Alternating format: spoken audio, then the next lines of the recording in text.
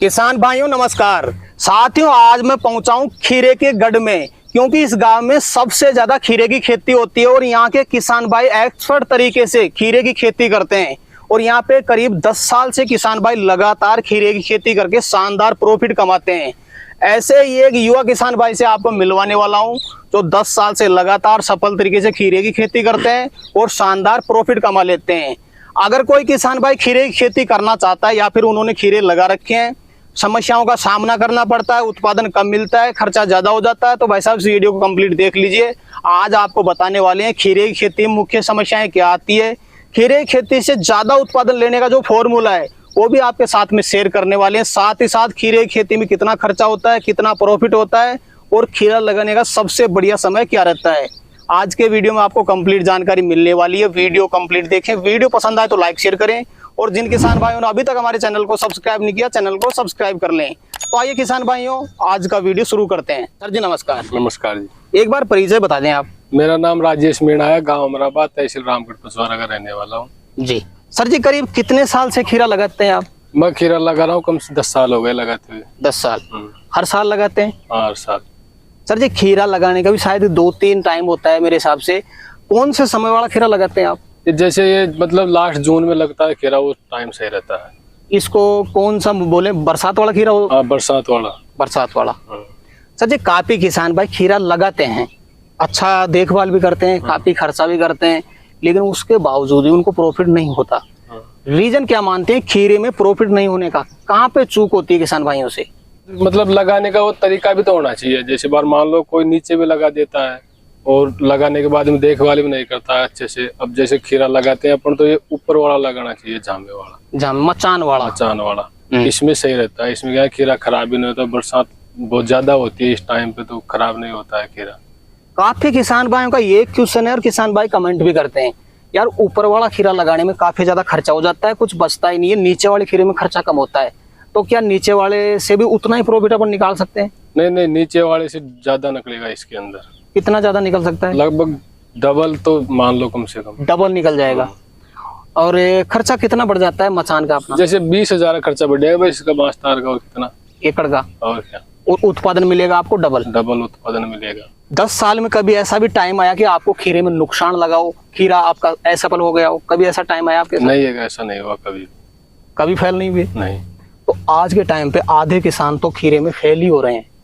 कारण क्या है? बीमारी की पकड़ नहीं है। कहाँ पे चूक होती है? बीमारी, जैसे इसमें बीमारी भी आती है, नीचे में जो सो जड़ गांठ में आ जाती है और ऊपर भी आती है बीमारी, तो उसका ध्यान नहीं रखोगे तो बेनिफिट कहाँ से होगा। ये बात पूरी आपको जानकारी होनी चाहिए। हाँ, पूरी जानकारी होनी चाहिए खीरा में। अगर कोई किसान भाई अपने खेत में खीरा लगाना चाहता है, सबसे बढ़िया समय क्या मानते हैं? सबसे बढ़िया समय तो जैसे ये मतलब लास्ट जून का महीना होता है ना, 25 जून 10 जुलाई तक, ये सबसे बेस्ट टाइम होता है खीरा लगाने का। रीजन क्या है? क्योंकि इसमें बरसात चालू हो जाती है। अगर गर्मी में खीरा लगाओगे तो सक्सेस ही नहीं होगा। खीरा तो बरसात में ज्यादा सक्सेस होता है। या तो सर्दी का टाइम पे लगाओ या फिर बरसात में लगाओ जी, क्योंकि गर्मी में खीरा कभी भी नहीं होगा। अपना जो खीरा है इसका लगाने का क्या टाइम था अपना? इसका था लगभग 29-30 जून को लगाया था ये। 29-30 जून को। करीब कितने दिन की अपनी क्रॉप हो चुकी है? ये हो गया मतलब 45 दिन का हो गया। क्या अपनी हार्वेस्टिंग चालू हो गई? हाँ, हो गई। कम से कम इसमें तो 5-6 बार कर लिया। 5-6 बार तोड़ाई कर लिया। खीरा जैसे देसी खीरा आप लगाते हैं, बीज रोपण से कितने दिन बाद में हार्वेस्टिंग चालू हो जाती है अपनी? मतलब हो जाती है 40 दिन में। 40 दिन में डेली हार्वेस्टिंग होती है इनकी? एक दिन छोड़ के एक दिन छोड़ के एक दिन। जी, तो सर जी अब मैं शुरुआत से डिटेल लेना चाहूंगा। अगर कोई किसान भाई खीरा लगाना चाहता है अपने खेत में तो सफल तरीके से लगा सके और उसको कोई समस्या का सामना ना करना पड़े। सबसे पहले तो किसान भाई ये चाहता है कि यार मुझे अपने खेत में खीरा लगाना है, खेत की तैयारी करने का क्या तरीका रहता है आपका? पहले तो उसके अंदर जैसे जोत निकालो, एरा निकालो, बाद में खेत को अच्छे से बाजोत करने के बाद में फिर उसमें बैड गालो। बैड गालने के बाद देसी खाद पटको। देसी खाद पटकने के बाद में फिर अपना जो फार्म आता है इसको डालो। जैसे यूरिया हो गया, यूरिया तो कम लेना चाहिए, मतलब राकोड़ा हो गया, पोटाश, DAP, ये जैसे कार्बोफरान आती है, रिजेंट आती है, इनको डाल के फिर बैड गाल के पन्नी लगाओ। फिर ऊपर मिल्चिंग लगाने के बाद में फिर बीज की बुआई। फिर बीज की आप बीज रोपण कर सकते हैं। ड्रिप भी आपको लगाना पड़ेगा? ड्रिप भी सिंगल लगाएंगे, डबल लगाएंगे ड्रिप? जैसे हमारे तो सिंगल से काम चलाते हैं हम। अगर डबल लगाना चाहते हो डबल भी लगा सकते हो, लेकिन बरसात में तो सिंगल से भी काम चल जाएगा। सिंगल में भी काम चल जाएगा। मल्चिंग पेपर काफी किसान भाई लगाते हैं, काफी किसान भाई नहीं लगाते। मल्चिंग पेपर से क्या फायदा मिलता है? इससे फायदा जैसे तो नीमाटोन नहीं आएगी। दूसरी बात जैसे घास उगता है बरसात के अंदर ज्यादा उगता है हमारी जमीन में, तो ये घास नहीं उगेगा उससे, और ये नीमाटोन को भी खत्म कर देती है मिर्ची। काफी हद तक बीमारियां कम आती है। बीमारियां कम आती है, इसलिए ये जरूरी है लगाना। जैसे किसान भाई ने इसमें खाद डाल दिया, बेड बना दिया, उसके बाद में बीज रोपण करना चाहता है, बीज रोपण सिंगल कतार में करे, डबल में करे? सिंगल में। बीज से बीज की दूरी कितनी रखे? 1 फीट रहनी चाहिए कम से कम, बीज से बीज की दूरी। और एक जगह पे एक ही बीज लगाए कि 2 बीज लगाए? एक बीज। जैसे 1 एकड़ का थोड़ा मैं आइडिया लेना चाहूँ, 1 एकड़ में कितना सीड लग जाता है अपना? 1 एकड़ में कम से कम लगभग 200 ग्राम बीज हो गया। 200 ग्राम बीज लग जाता है।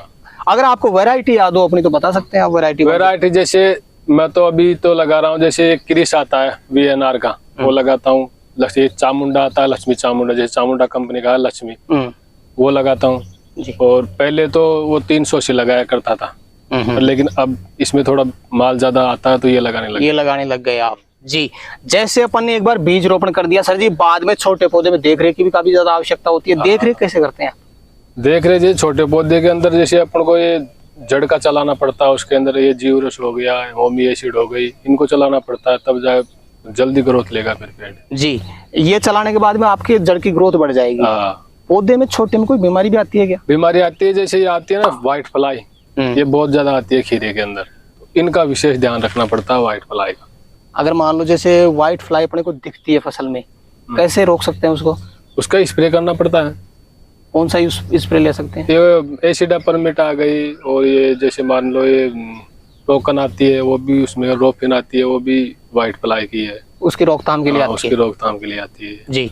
ग्रोथ को कैसे बढ़ाते हैं सर? ग्रोथ बढ़ाना भी एक इम्पोर्टेंट चीज है। ग्रोथ जैसे बरसात के अंदर तो खीरा ऑटोमेटिक ग्रोथ लेता रहता है, अगर जड़ा फ्रेश रही तो। नहीं उसके बाद में उसमें ग्रोथ के लिए अगर नहीं भी ले रहा हो तो 19 डाल दो, और डाल दो कोई खाद, जैसे ये हो गया मतलब ये 1261 हो गया, वो एसिड 1261 अच्छी ग्रोथ लेगा फिर जी। 19 को कई किसान भाई ड्रिप से चलाते हैं, कई किसान भाई स्प्रे करते हैं। ज्यादा बढ़िया तरीका क्या है? ज्यादा बढ़िया तरीका नीचे ड्रिप में चलाने से होगा। अच्छा। ऊपर भी दे सकते हैं, पर ऊपर से इतनी नहीं, नीचे से ज्यादा ग्रोथ लेगा। बिल्कुल।